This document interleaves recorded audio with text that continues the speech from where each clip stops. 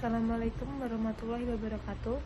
Perkenalkan, nama saya Tania Yulia Saharani dari Teknik Infrastruktur Sipil dan Perancangan Arsitektur. Di sini saya ingin menjelaskan bagaimana pengujian sondir atau Cone Penetration Test dan pengujian SPT dengan NIM 400305246200020. Berikut penjelasan saya mengenai pengujian CPT atau SPT. Yang pertama, dari tujuan sondir. Tujuan sondir itu memiliki tujuan sebagai untuk mengetahui bagaimana karakteristik pada teknis tanah di bawah permukaan secara vertikal dan kontinu, dengan cara menekan konus baja ke dalam tanah menggunakan sistem hidrolika. Dalam rekayasa geoteknik dan perencanaan pondasi, tujuan sondir itu ada 3. Yang pertama, menentukan profil lapisan tanah. Yang kedua, menilai kepadatan dan kekuatan tanah. Yang ketiga, menentukan parameter tanah untuk perhitungan pondasi.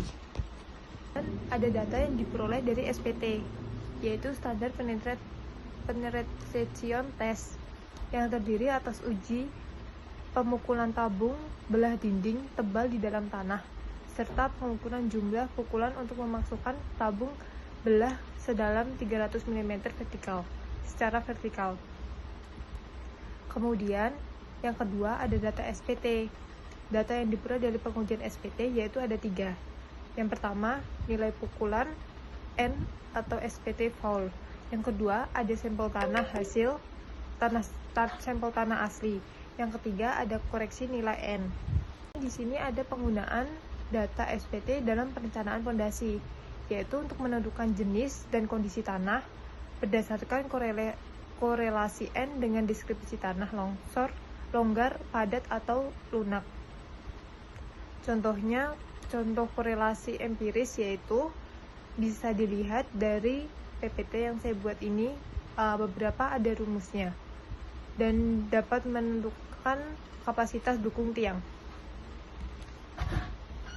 Di sini ada perbandingan dan perbedaan pengujian sondir CPT dan SPT. Yang di tabel yaitu dari metode, data utama, jenis data, ketelitian, dan jenis sampel. Yaitu dapat dibedakan untuk metode untuk CPT atau sondir itu dapat dibedakan dari tekanan konus secara kontinu. Kalau dari SPT yaitu pukulan palu terhadap tabung. Tujuan pengujian SPT yaitu dapat dilakukan untuk mengetahui resistensi tanah terhadap penetrasi pukulan. Meskipun data yang dihasilkan tidak sekontinu CPT, SPT memiliki keunggulan karena menghasilkan sampel tanah langsung meski terganggu. Penujuannya yaitu ada 3.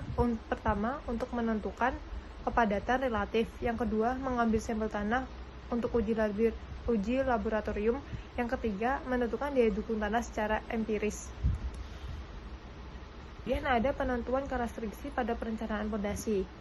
Untuk data sondir atau CPT dapat menentukan karakteristik dan daya dukung tanah, yaitu dapat diperoleh dari data QU, VS, dan RF.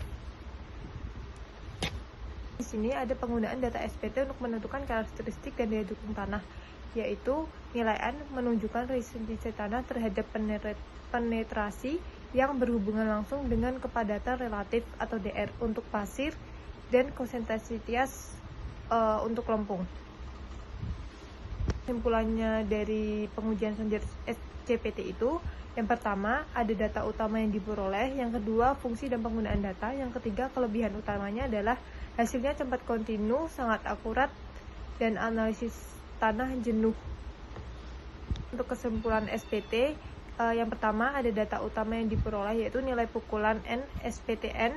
Yang kedua fungsi dan penggunaan data. Yang ketiga kelebihan utamanya yaitu menghasilkan data empiris yang telah banyak digunakan dalam standar internasional serta menyediakan sampel tanah untuk analisis laboratorium.